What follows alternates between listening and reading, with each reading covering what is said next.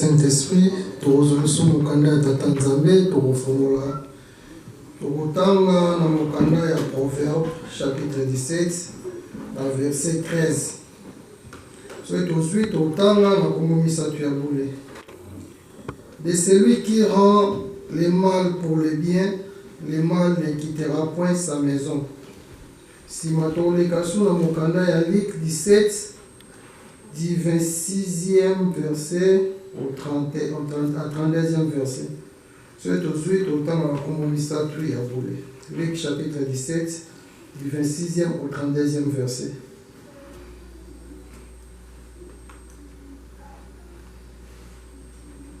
Luc chapitre 17, verset 26. Ce qui arriva du temps de Noé arrivera de même au jour du Fils de l'homme. Les hommes mangeaient, vivaient, se mariaient et mariaient leurs enfants, jusqu'au jour où Noé entra dans l'arche. Les déluge vint et les fit tous périr. Ce qui arriva du temps de Lot arrivera pareillement. Les hommes mangeaient, vivaient, achetaient, vendaient, plantaient, bâtissaient. Mais les jours où Lot sortit de Sodome, une pluie de feu et de soufre tomba du ciel et les fit tous périr. Il en sera de même le jour où le Fils de l'homme paraîtra. Et en ces jours-là, celui qui sera sur les toits et qui aura ses effets dans la maison ne descendra pas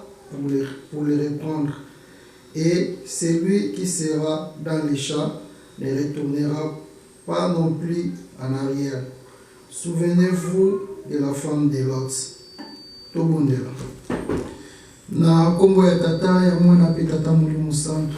Papa Simoki Monkangani ya Nzambe na biso. Tozongisi matondo mingi epai na yo pamba te.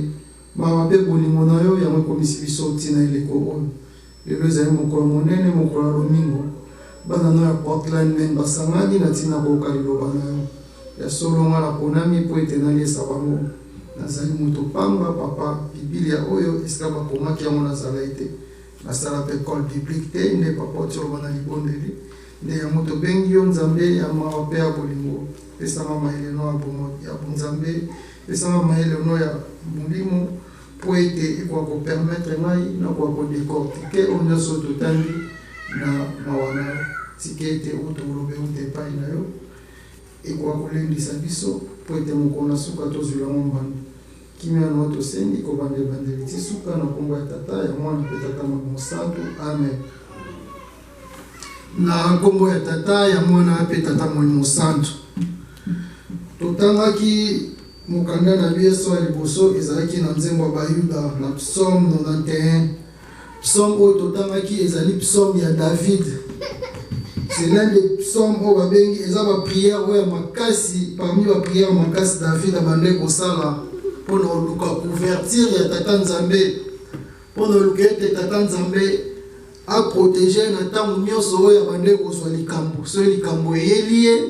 David asala prière oyo abande kolela pa tata Nzambe po ete tata Nzambe azala molobeli na ye azala mosungi na ye. Nde yango totange psaume oyo 91. Psaume oyo kuna ntango totangi yango toomona ete David azali koyesa biso ete tata Nzambe ye nde bouclier na biso. Donc ye nde mobateli malamu. Soki abateli yo ata molili eza ndeni na butu kobanga te, ata ba flèche elio na moi kobanga te pamba te ye nde mutu azali le bon berger, ye nde mutu azali kobatela biso na malamu. Ndenge mona biso lelo tozali bandimi. Mondimi ntango eza likambo ya ndenge eta eza ndenge nini ezali kotungisa yo fo oluka secours na yo, fo oluka protection bien couverture epai ya tata Nzambe. Pamba te epai ya tata Nzambe nde kuna okozwa solution oyo ezali durable. Non pas soki mondimi oza na likambo ozoluka résoudre yango na ndenge na yo mondimi wana solution ozala durable te. Mais soki oleli pa ya tata Nzambe utie mabolongono na se lakisi likambo na yo nzambe na biso azali nzambe ya mawa akopesa solution pe solution ne kozala durable na ntango oyo tokomi ezali ntango oyo tokoza suna ba distraction ya pamba te ezali ntango oyo ke ntango problème makasi elio n'importe quel problème elio tia mabolongo na se lelo epai ya nzambe nde David abande kosala David akoke abande kosala likambo moko te sa ayebisa nzambe na ye akoke kosala likambo moko te pendant période oyo nyonso David azalaki roi abande kosala eloko moko te sa et pourtant ayebisa nano asenga nano epai ya nzambe na ye pamba te elike na ye nyonso atiaki yango epai ya nzambe meme mana biso lelo elike na biso nyonso ezali pa papa simoki mbangokiangani tokoki kosala likambo te soki tozwi avali te soki tosengi epai na ye te soki tosengi lisungi na ye te pamba te lisungi ya papa simoki mbango soki tozwi yango nde ezala durable yango nde eumelaka mais oyo biso moko bato soki toluki solution na ndenge na biso moko bato yango nde ememaka biso so na kobunga kokende musika na tata nzambe yango wana batata na bamama à chaque fois tozala na baproblème na bomoi na biso ata ezali kotungisa biso ndenge nini totya mabolongo na se totika ngo na maboko ya tata nzambe ye nde moto akopesa solution ye nde moto apesa kimia na kati ya mitema bato ezala motu moko te oyo akoki kopesa o kimia katikati na motema na oke tata nzambe donc soki likambo eyeli yo ezala ya pasi ezala ya ndenge nini tya mabolongo na se nde David abanda osala lela pa tata nzambe ye azali mobateli malamu ye soki abateli yo okobanga eloko moko te mpe eloko moko ekomela yo te kuna na psaume toleki tokei na mokanda mibale totangaki ezali mibeko zomi me mbala oyo tomesana kozwa na exode na mokanda mibale ya Moïse mbala oyo tozwi yango na Deutéronome mokanda oyo mpe moto akomaki yango kaka Moïse mais awa Moïse azali korapele bana Israël bao batambolaka te na désert pamba te mibeko oyo totangaka na exode ezali mibeko oyo ntango tata nzambe apesi bana Israël na désert ntango bazali kobima mais awa oyo totangi na Deutéronome ezali rappel bana oyo babotamaki na désert bana oyo bakotaki na Canaan nde bazali korapele bango ete mibeko oyo tata nzambe apesaki yango mpa bakoko na bino bia mpa batata na bino mais ezali mpona bango te mibeko opamba te mibeko eza mpona bato oyo bakufa te eza mpona ngai na oyo toza na bomoi lelo nde toyebi histoire bato ebele bana Israël ebele oyo babimai na Egypte bana Israël ebele oyo baliaki mane oyo batambole na mer rouge bakatisaki mai ya motane na makolo mingi bakufai na désert bamoni mboka elaka te kasi bana na bango babote na désert bango nde bakote na mboka elaka bana na nde bango nde Moïse azali korapele bango na ntina ya mibeko nde ezali nde mona biso lelo mpona biso mibeko ekomi rappel pamba te batangeli biso ngo depuis 1995 ti lelo batangela biso kaka mibeko chaque jour donc lelo toye korapele yango pamba te tozali kotosana mibeko te soki biso bakimbangisi te totose mibeko oyo nde papa ngo babotanga yango lisu te bote yango te mais chaque jour bazali koteya biso elakisi ke non tokomi esika wana te oyo papa azolingela biso tokoma yango bazali koteya biso bazali kotangela biso mibeko chaque fois nde yango lelo toye korapele nde Moïse arapele bana Israël mpo arapele bango ke mibeko oyo ezali ya bato na bomoi to bateki o mibeko bapesaki o bana Israël te bapesi ngai na yango lelo pamba te Moïse abi ezali ya bato bakufi te me ya bato baza na bomoi tata nzambe apese ngai na yo mibeko oyo na ntina ete totyango en pratique totosa yango nde toyebi mibeko zomi nde touti kotanga yango wana me tobeta se te na mobeko ya mokolo na lomingo mokolo ya dimanche ngai no toyebi ndenge nini bana Israël même na ntango ya kolo Yesu ndenge nini bande korespecte oyo bango bando benga mokolo na saba kolo Yesu ku mwana nzambe ntango asali miracle mokolo wana bajuif basepeli te babi ke oyo abuki mibeko ya Moïse foka toboma ye ndenge ya kobikisa mutu mokolo ya sabata donc c'est-à-dire importance bande kopesa na mokolo wana na nde tata nzambe azopesa yango azoloya biso na Bible abi même moumbu na yo biso nyonso toyebi ndeni batraita moumbu moumbu aza mutu oyo azali na valeur te mais tata nzambe abi même moumbu na o mokolo na dimanche kopesa ye mosala te tikela ye ta ye bakumisa tata nzambe pamba te tata nzambe asengeli na ete bakumisa ye yango wana azwi journée mobimba asengeli na masanjoli abi dimanche ezali journée na nga bokumisa ngai batata na bamama babi to sanctifie jour ya dimanche tokomisa ngo mosantu tokosala eloko moko te toyabi ekokumisa tata nzambe nde yango wana na mongo tokomi tozali korapele ete bamibeko oyo nyonso zomi ezali ndenge tata nzambe osengela biso ya olongola ezali te ya obakisa ezali te toto bato betise te ezali kaka na ntina rappel mais nyonso ezali ndenge moko ezalaka te mobeko ya dimanche mais wana tobetise te mais mibeko nyonso nde babi okotosa tata nzambe okoloba kombo na ye na pamba te parce que so olobi oyo na pamba tata nzambe babi akotika yo impunité donc bakopinir yo c'est-à-dire ofandi na oka boye osali makambo esepesi tata nzambe te bato nyonso banzambe nga bina nasalaki yango te papa simongi bango mais nasa motema no yebi ke osala ye bongo ye bango tata nzambe akotika yo impunité nde bible elobi akopinir yo alors asengi biso totosa malako na ye soki totosepela pendant une génération de 1000 ans totosa malako nde mpe tolinga ye kolinga tata nzambe ezali nini kosala volonté ya tata nzambe oyo tata nzambe azali kosenga biso mikolo na mikolo yango nde ezali kolinga tata nzambe kosala volonté na ye biso tozali na nzambe na biso privilège toza nango yango wana chaque jour tozoyoka ye chaque jour tozoyoka ye toyebi posa na ye ezali nini tokokisila ye posa na ye po ete ye asepelisa biso apambola biso pendant une période de 1000 ans donc c'est-à-dire de génération en génération soki tokokisi posa na ye te soki tosali oyo ezali posa na ye te ezala biso mpasi posa ya tata nzambe posa ya nzambe na biso ezali bolingo mibeko mpe misala nzambe azali kosenga biso tolingana biso na biso ntango biso tolingani esika tolingani lisumu ekozala te mbala moko totosi mibeko tosala misala na ye ndenge azali kosenga biso mpo ya pambola biso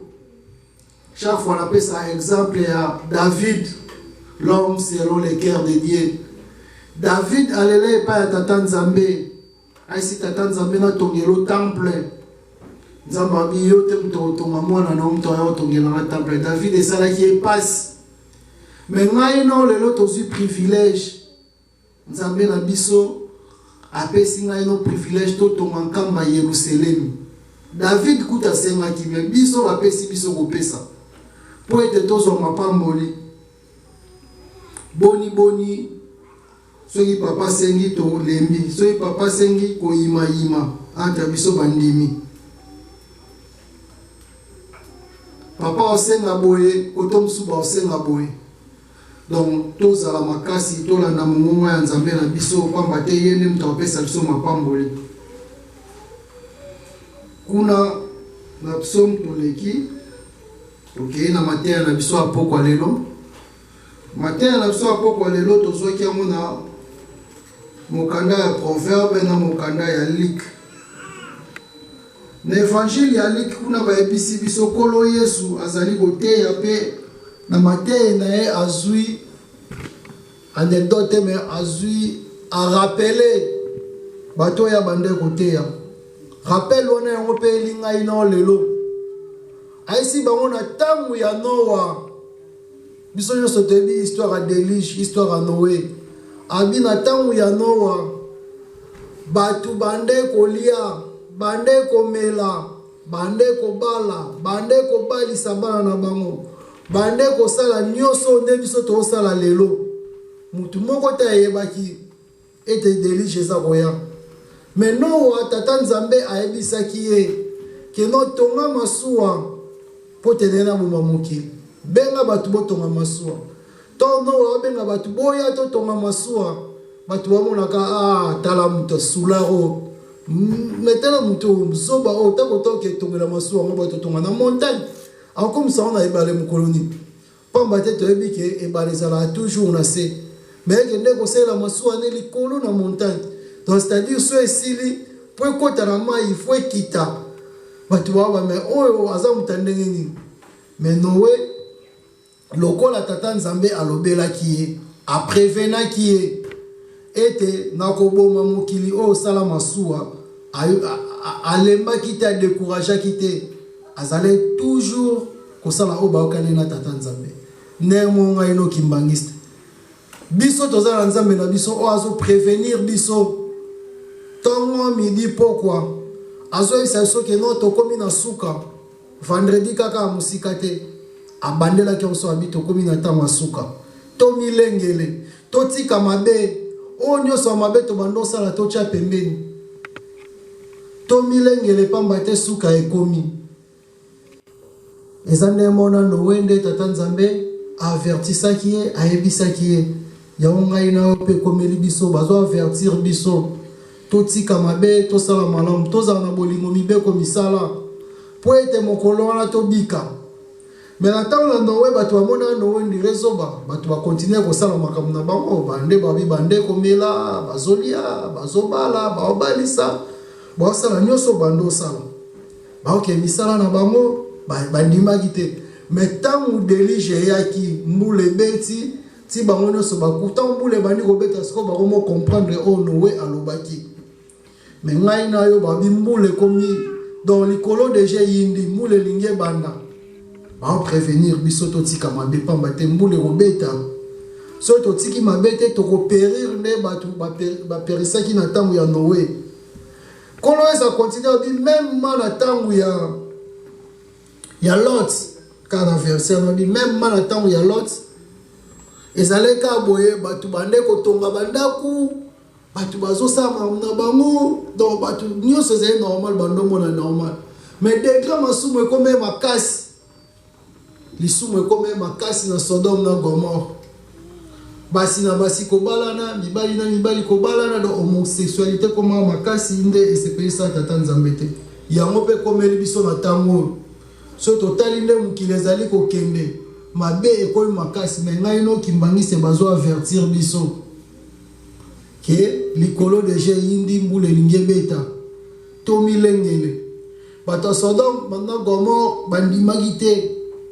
ke mbula ya moto kobetela bango na souffle o basala o bayebi na chimie souffle eza elema modon so